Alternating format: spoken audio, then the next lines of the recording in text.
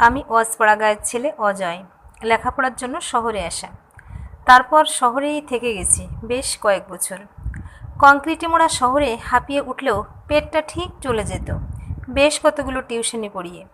সারা রাত চাকরির পরীক্ষার জন্য পড়াশোনা আর সকাল সন্ধ্যা টিউশনি পড়িয়ে দিন কেটে যাচ্ছিল। তারপর আমার একমাত্র সম্বল বৃদ্ধা মাকে নিয়ে এলাম শহরে, আমার এক কামরার ভাড়া ঘরে। মা কোনোদিন ছেলের স্বল্প সামর্থ্যের জন্য বিন্দুমাত্র অভিযোগ করেনি। বছর তিনেক বেশ ভালোই কাটল। তারপর মা অসুস্থ হয়ে পড়ল ভীষণভাবে। অনেক চেষ্টা করেছিলাম মাকে বাঁচানোর, কিন্তু পারলাম না। মাকে বাঁচানোর জন্য আমাদের শেষ সম্বল মাথাগোজার গ্রামের বাড়িটাও বেচে দিতে হয়েছিল তার ব্যর্থ ছেলেটাকে, কিন্তু তাও শেষ রক্ষা হয়নি। মা ছাড়া আপন বলতে কেউ ছিল না আমার।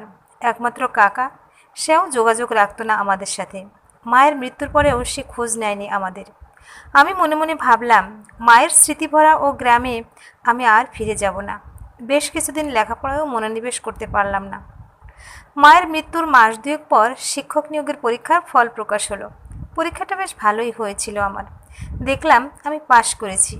পোস্টিং হয়েছে দূরের এক গ্রামে। গ্রামের নাম ময়নামতি। খোঁজ নিয়ে জানলাম এ আমাদের থেকেও অজগ্রাম। সে গ্রামে এখনও পৌঁছায়নি বিদ্যুৎ, রাস্তাঘাট কাঁচা। স্কুলটা বছর তিনেক আগে নতুন শুরু হয়েছে। যাই হোক, ব্যাগ আর নিজের জিনিসপত্র গুছিয়ে রওনা দিলাম ময়নামতি গ্রামের উদ্দেশ্যে। মায়ের মুখটা মনে পড়ে গেল। ভারী দুঃখ হলো এটা ভেবে যে মা এত কষ্ট করে লেখাপড়া শিখিয়ে আমার সাফল্য দেখে যেতে পারল না বলে।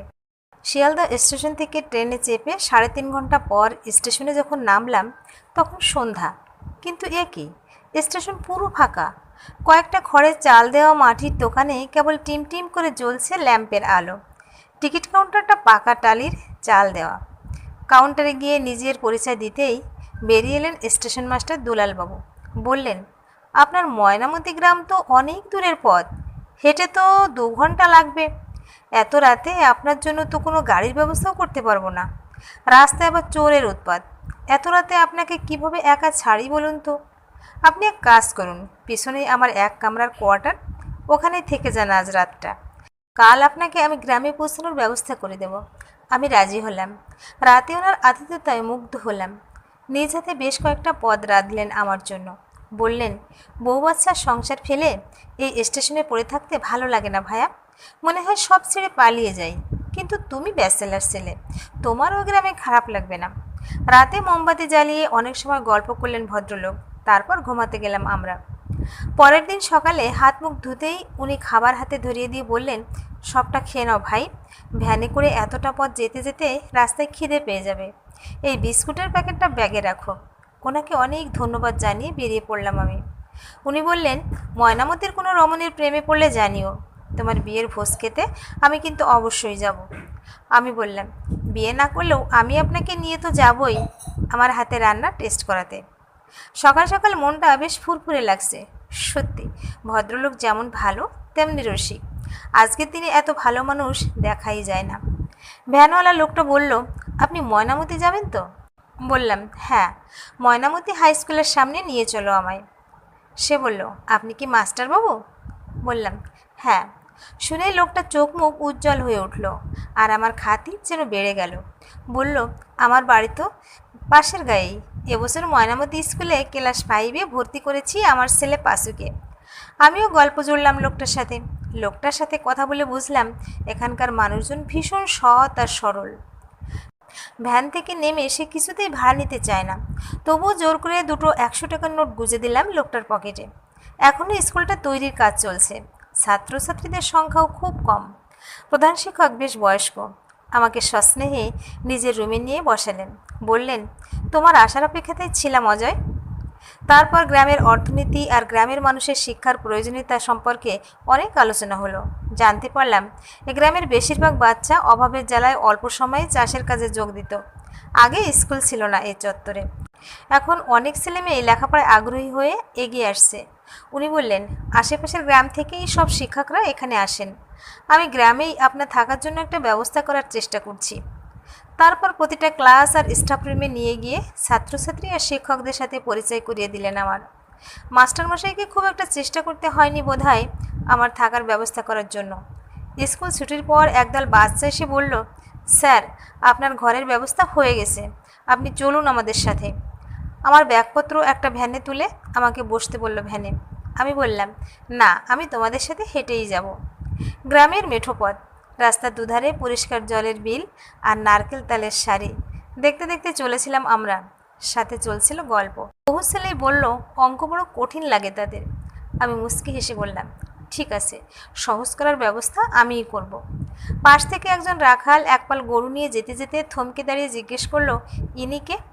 ছেলেরদার উত্তর দিল, আমাদের নতুন অঙ্কের মাস্টারমশাই। অবাক হয়ে দেখলাম সে রাখাল ছিল হাত জোড় করে নমস্কার বলে অভিবাদন জানালো আমায়। প্রত্যুত্তরে আমিও হাত জোড় করে নমস্কার জানিয়ে এগিয়ে চললাম। কিছু দূর হাঁটার পর একটা জটলা দেখলাম। জিজ্ঞেস করলাম, ওখানে কি হচ্ছে? একটা ছেলে বলল, ওই যে ঘরটা, ওটা মিত্তিররা করেছিল, ওখানে আপনার থাকার ব্যবস্থা হয়েছে। সেখানে গিয়ে বুঝলাম জটলাটা আমাকে দেখার জন্য, আমাকে স্বাগতম জানানোর জন্য। মিত্তির মশাই হাত জোড় করে বললেন, যতদিন খুশি এখানে থাকুন, এ ঘর ফাঁকাই পড়ে থাকে, শুধু ছেলে মেয়েগুলো শিক্ষিত হোক এটাই চাই। আমার মাটির নিকানো ঘরের দাওয়ায় দেখলাম দুজন মহিলা উনুন তৈরি করতে ব্যস্ত। একজন মহিলা বললেন, আজ রাতে খাবার পাঠিয়ে দেবো মাস্টারমশাই। একজন বললেন, আপনার রান্না বান্না ঘরের কাজ করার দরকার হলে বলবেন, আমার মেয়ে চিত্রা সব করে দেবে। কথা না বলতে পারলে কি হবে, মেয়ে আমার ঘরের কাজে ভীষণ পটু। আমি বললাম, রান্নার জন্য তো কাউকে লাগবেই। মহিলাটি বললেন, ঠিক আছে, কাল সকাল সকাল থেকেই পাঠিয়ে দেবো ওকে। আমি এসব ব্যবস্থা থেকে নিশ্চিন্ত হলাম, আর গ্রামের মানুষগুলোর সাহায্যে অতিথিপরায়ণতায় হলাম মুগ্ধ। বেশ কিছুদিনের মধ্যেই গ্রামের প্রায় সব মানুষের সাথেই পরিচয় হলো আমার। আর পরিচয় হলো বোবা মেয়ে দীঘল কালো চোখের চিত্রার সাথে। তার মুখে শব্দ না থাকলেও চোখ দেখে তার মনের কথা বুঝতে শুরু করেছিলাম ক্রমশ। তার মায়াময় মুখ দেখে আমার সকালের ঘুম ভাঙত। তার হাতের রান্না খেয়ে তারিফ না করে পারতাম না। আস্তে আস্তে ওই মায়াবী মেয়ে আমাকে বেঁধে ফেলেছিল এক অভেদ্য মায়ার বন্ধনে, যা ছিন্ন করার ক্ষমতা আমার ছিল না। মাঝে মাঝে মনে হতো, স্টেশন মাস্টারের কথা কি তবে সত্যি হতে চলেছে? সারা গ্রাম জুড়ে সবুজের সমারোহ, টলটলে নদীর জল আর ক্ষেত ভরা ফসল। মানুষের মুখে হাসি লেগেই ছিল। ময়নামতি গ্রামে আমি পরমানন্দে দিন কাটাতাম। জেলে হোক বা গোয়ালা, টাটকা জিনিস নিয়ে চলে আসতো আমার কাছে। সর্বহারা আমি যে এত ভালোবাসা পাবো এ গ্রামে ভাবতে পারিনি। 1 মাসের মধ্যেই অজয় মাস্টারের নাম ভালোই ছড়িয়ে পড়েছিল গ্রামে। আমি তখন কোমর বেঁধে লেগে পড়েছি আমার ছাত্রছাত্রীদের অঙ্কভীতি কমানোর কাজে। সকাল সন্ধ্যা আমার মাটির ঘরের উঠোনে বসে ছাত্রদের মেলা। ছাত্রছাত্রীদের মাঝখানেই বসে আমি তাদের বোঝাই গাণিতিক সমস্যা। বিনিময়ে তারা ভালোবেসে আমার জন্য নিয়ে আসে কুমড়োর ফুল, গাছের সবজি আর ক্ষেতের শাক, আর সেগুলো পরম যত্নে রান্না করে চিত্রা। যখন সন্ধ্যা আমি বোর্ডে বীজগণিত বোঝাতে ব্যস্ত, তখন আমার ঘরে জ্বলে ওঠে প্রদীপ, বেজে ওঠে শঙ্খ। আমি চিত্রার ইঙ্গিতে বলা কথা খুব অল্প দিনের মধ্যে আয়ত্ত করে ফেলেছিলাম। ছুটির দিন যখন আমি বইয়ে মুখ গুজে খাওয়ার কথা ভুলে যেতাম, তখন মাঝে মাঝে খেয়াল করতাম চিত্রা আমার দিকে মুগ্ধ দৃষ্টিতে তাকিয়ে আছে। বিকেল বিকেল রান্না শেষ করে সন্ধ্যায় রোজ বাড়ি ফিরত চিত্রা। ছুটির দিন ওকে আমার সাথে খেতে বলতাম। ভালো কিছু রান্না হলে বাড়ি নিয়ে যেতে বলতাম। সেবার হাটে গেলাম নিজের জন্য কিছু কাপড় চোপড় কিনতে, কিন্তু সেখানে গিয়ে একটা গোলাপি শাড়িতে চোখ আটকালো। তখন চিত্রার মুখটা মনে পড়ে গেল। কিনে বাড়ি ফিরলাম শাড়িটা। পরের দিন শাড়িটা চিত্রার হাতে দিতেই ওর মুখে হাসি ফুটে উঠল। বললাম, সরস্বতী পুজোর দিন ওটা পরে স্কুলে যাস। তারপরে গোলাপি শাড়িতে চিত্রাকে দেখে তো আমি অপার মুগ্ধতায় ওর দিকে তাকিয়েছিলাম বেশ কিছুক্ষণ। আমার স্বপ্নের প্রেমিকা ছিল চিত্রা। কিন্তু মাঝে মাঝে চিন্তা হতো, আমার বোবা প্রেমিকার মনেও কি প্রেম আছে আমার জন্য? 6 মাস পর বেশ বুঝলাম, চিত্রার সান্নিধ্য ছাড়া আমার এই সুখী জীবনে আর সুখ থাকবে না। মনে মনে ঠিক করলাম ওর মায়ের সাথে বিয়ের ব্যাপারে কথা বলবো। কিন্তু হঠাৎ করে চিত্রা আসা বন্ধ করে দিল আমার ঘরে। খোঁজ নিতে পাশের বাড়ির ছেলে নীলু বলল, চিত্রাদির তো বিয়ে, তাই বোধহয় আসছে না। কথাটা শুনে মনে প্রচণ্ড আঘাত পেয়ে বললাম, কোথায় বিয়ে হচ্ছে রে? নীলু বলল, শহরের এক বড় লোকের বাড়ি। তাদের নাকি মস্ত বাড়ি, অনেক গাড়ি। পরের দিন নিজে গেলাম চিত্রার বাড়ি। বেশ কিছু টাকা দিয়ে এলাম ওর মায়ের কাছে। চিত্রার দিকে তাকিয়ে দেখলাম ওর 2 চোখ ভরা জল। চিত্রার মা বলল, মাস্টারবাবু, শহরে আমার বোন থাকে, ওর ঘরেই বিয়ে হবে মেয়ের, জামাই আমার সুপুরুষ। সব শুনে বললাম, ও সুখী হোক এই প্রার্থনা করি। বিষণ্ণ মনে বাড়ি ফিরলাম। রাতে না খেয়ে শুয়ে পড়লাম। হঠাৎ ঠক ঠক শব্দে বাইরে বেরিয়ে দেখলাম থালা ভরা খাবার আর চোখ ভরা জল নিয়ে দাঁড়িয়ে আছে চিত্রা, আর পাশে কপি হাতে ওর মা। মনে মনে ভাবলাম, যে মেয়ে আমায় এত বোঝে, সে মেয়ে আমার মনের গোপনে থাকা প্রেম বুঝলো না। সারা রাত দু চোখে ঘুম এলো না। সকাল হতেই দেখলাম আমার বাড়ির সামনের ফুল গাছগুলোতে ফুল ফোটেনি, ঘরে পড়েনি ঝাঁট, নিকোনো নেই উঠোন। কষ্টে চোখ ভিজে জল গড়িয়ে এলো। আজ যে আমার না বলা প্রেমের প্রেমিকা চলে যাবে আমায় ছেড়ে বহু দূরে। পরের দিন চিত্রার বিয়ের দিন। স্কুল থেকে ফেরার সময় এক ছাত্রকে ডেকে বললাম, অমর, সবাইকে বলে দিস দুদিন ছুটি, পড়ানো বন্ধ থাকবে বাড়িতে। ঘরে ফিরে লন্ডনের টিম টিম আলুর দিকে তাকিয়ে কল্পনা করতে লাগলাম কনের সাজে চিত্রাকে। বেশ কয়েকদিন চিত্রাকে বেশ মনমরা লাগছিল। তবে কি ও কিছু বলতে চাইছিল আমায়? ভীষণ অস্থির লাগতে লাগলো মনটা। আমি বোধহয় বড্ড দেরি করে ফেলেছি। এইসব ভাবতে ভাবতে দেখলাম রাত কেটে ভোর হয়ে গেছে। পরের দিন সকালে উঠে গ্রামের রাস্তায় একটু হাঁটতে গেলাম মনটা ঠিক করার জন্য। তারপর বিকালে স্কুল থেকে ফেরার সময় দেখলাম চিত্রার মাকে। আমাকে দেখে একগাল হেসে বলল, মেয়ে বিদায়ের পর আমি বাড়ি ফিরে এলাম। তারপর কি কি খাবার হয়েছে আর চিত্রাকে কেমন লাগছিল সেসব বলতে ব্যস্ত হয়ে পড়লেন। আবার তাড়াতাড়ি ঘরে গিয়ে হাত মুখ ধুয়ে শুয়ে পড়লাম বিছানায়। কাঠের জানালার দিকে তাকিয়ে দেখতে লাগলাম সন্ধ্যা হওয়া আর সূর্যের অস্ত যাওয়া। তাকিয়ে থাকতে থাকতে যে কখন ঘুমিয়ে পড়েছি খেয়াল নেই। হঠাৎ দরজায় ঠকঠক শব্দ শুনে চমকে উঠলাম। ঘড়িতে দেখলাম রাত 1টা। মনের শঙ্কা হলো, গ্রামে কারো বিপদ হলো নাকি? দরজা খুলতে চমকে উঠলাম আমি। আলু থালু বেশে একে, এই যে চিত্রা, খালি পায়ে পাগলিনীর মতো অবস্থা। ঘরে এনে চোখে মুখে জল দিয়ে জল খেয়ে জিজ্ঞেস করলাম, সে কিভাবে এখানে এলো? চিত্রার ইঙ্গিতে বুঝলাম তাকে যে বিয়ে করেছে সে আসলে নারী পাচারকারী দলের একজন লোক। ওরা এরকম অনেক মেয়েকে বন্দি করে রেখেছে। সেদিন সন্ধ্যায় কোনো রকমে পালিয়ে এসেছে চিত্রা। শহরের রাস্তাঘাট তার অচেনা, তাও সে অনেক খুঁজে ফিরতে পেরেছে গ্রামে। ইশারায় বুঝিয়ে ও কাঁপতে কাঁপতে জাপটে ধরল আমায়। আমিও আমার প্রেমিকার মাথা বুকে চেপে ধরে মাথায় স্নেহের স্পর্শ করলাম। তারপর ইশারায় জিজ্ঞেস করলাম, তুই কি ওদের ডেরা চিনিয়ে দিতে পারবি আমায়? চিত্রা মাথা নেড়ে সম্মতি জানালো। সেই রাতের অন্ধকারে চিত্রাকে পিছনে বসিয়ে আমার সাইকেল ছুটে চলল থানার দিকে। থানার বড়বাবু আমায় চেনেন। এত রাতে আমাকে দেখে অবাক হলেন। তারপর সব শুনে শহরের থানায় ফোন করে সব জানালেন। তারপর হুহু শব্দে আমাদের সাথে নিয়ে ছুটে চলল পুলিশের দুটো জিপ গাড়ি। শহরে পৌঁছে সব পুলিশরা এক হয়ে ঘেরাও করলো সে বস্তি। উদ্ধার করলো 15 জন মেয়েকে, যাদের পাচার করার চেষ্টা করেছিল দুষ্কৃতীরা। তারপর আবার জিপে করে ফিরলাম গ্রামে। গ্রামের লোকজন তাদের প্রিয় চিত্রাকে ফিরে পেয়ে ভীষণ খুশি। চিত্রার মাকে বললাম, ভালোভাবে খোঁজ না নিয়ে এইভাবে মেয়ের বিয়ে দেয় কেউ? চিত্রার মা বলল, আমার বোবা মেয়েটাকে কে বিয়ে করতো মাস্টারবাবু? তাই ভেবেছিলাম বিয়ে দিলে সুখী হবে।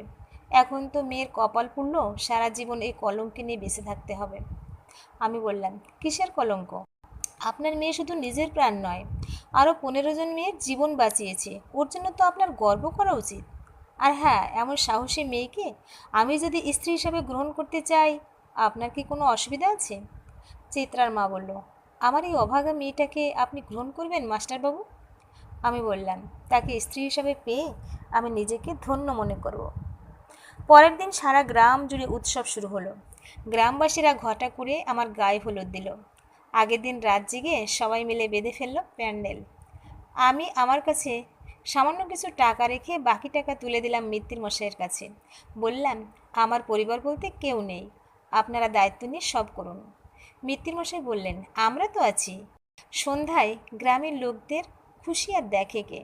আমার ছাত্রছাত্রীর দল প্রজাপতির মতো রঙিন সাজে চারিদিকে ছুটে বেড়াচ্ছে, তদারকিও করছে। তারপর বিয়ে হয়ে গেল আমার আর চিত্রার। সেখানে উপস্থিত ছিল সমস্ত গ্রামবাসী, গোটা স্কুলের শিক্ষক শিক্ষিকা, ছাত্রছাত্রী আর সেই স্টেশন মাস্টার। বিয়ের পর চিত্রা আর আমার সুখের সংসার।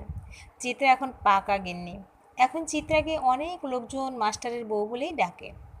এখন বাড়িতে পড়তে আসা বাচ্চাদের চিত্রা মাঝে মাঝে দুধ পুলি, নারকেল নাড়ু বানিয়ে খাওয়ায়। 2 বছর পর চিত্রা জন্ম দিল আমাদের একমাত্র আদরের মেয়ে মৃত্তিকাকে। ওর অন্নপ্রাশনে আরেকবার গ্রামে উৎসব হলো। খুব খুশি ছিলাম আমরা। মেয়ে একটু বড় হতেই চিত্রা একজন দায়িত্বশীল মা হয়ে উঠল। অবাক হয়ে দেখলাম ও মেয়েকে লেখাপড়া শেখাতে উদ্যোগী হয়ে উঠল। চিত্রা আমাকে বলতো, আমাদের মেয়ে তোমার মতো অনেক লেখাপড়া শিখে তোমার মতো হবে। আমি বললাম, আমাদের দুজনের মতো হবে। মৃত্তিকা একটু বড় হতেই আমি মেয়েকে নিয়ে নেমে পড়লাম সেবার কাজে। অসহায় অসুস্থ মানুষকে চিকিৎসার ব্যবস্থা থেকে দরিদ্রকে খাবার বিতরণ এসব গ্রামে ঘুরে ঘুরে করতে লাগলাম। আর আমাদের সব খাবারের যোগান দিতে লাগলো চিত্রা। এইভাবে আমরা চেষ্টা করতে লাগলাম গ্রামের ন্যূনতম দুঃখটুকু দূর করতে। তারপর মেয়ে বড় হয়ে শহরে পড়তে গেল। চিত্রা বাধা দিয়েছিল, বলেছিল শহরের মানুষ ভালো নয়। আমি হেসে বলেছিলাম, আমিও তো শহর থেকে এসেছিলাম। আসলে শহরের সব মানুষ খারাপ নয়। দেখো, শহরে উচ্চশিক্ষা লাভ করে তোমার মেয়ে আমার থেকেও বেশি শিক্ষিত হবে আর উজ্জ্বল করবে এ গ্রামের নাম আর তার বাবা মায়ের নাম। না, সেদিন চিত্রা আমার প্রেমিকা হয়ে নয়, স্ত্রী হিসাবে আমার স্বপ্নকে নিজের স্বপ্ন হিসাবে মেনে নিয়েছিল। প্রিয় ভিউয়ার্স, এতক্ষণ সাথে থেকে গল্পটা শোনার জন্য অশেষ ধন্যবাদ। গল্পটা ভালো লাগলে লাইক, কমেন্ট ও শেয়ার করতে পারেন। আর পরবর্তীতে এরকম আরও সুন্দর সুন্দর গল্প শুনতে চাইলে আমার চ্যানেলটা সাবস্ক্রাইব করে পাশে থাকুন। ধন্যবাদ।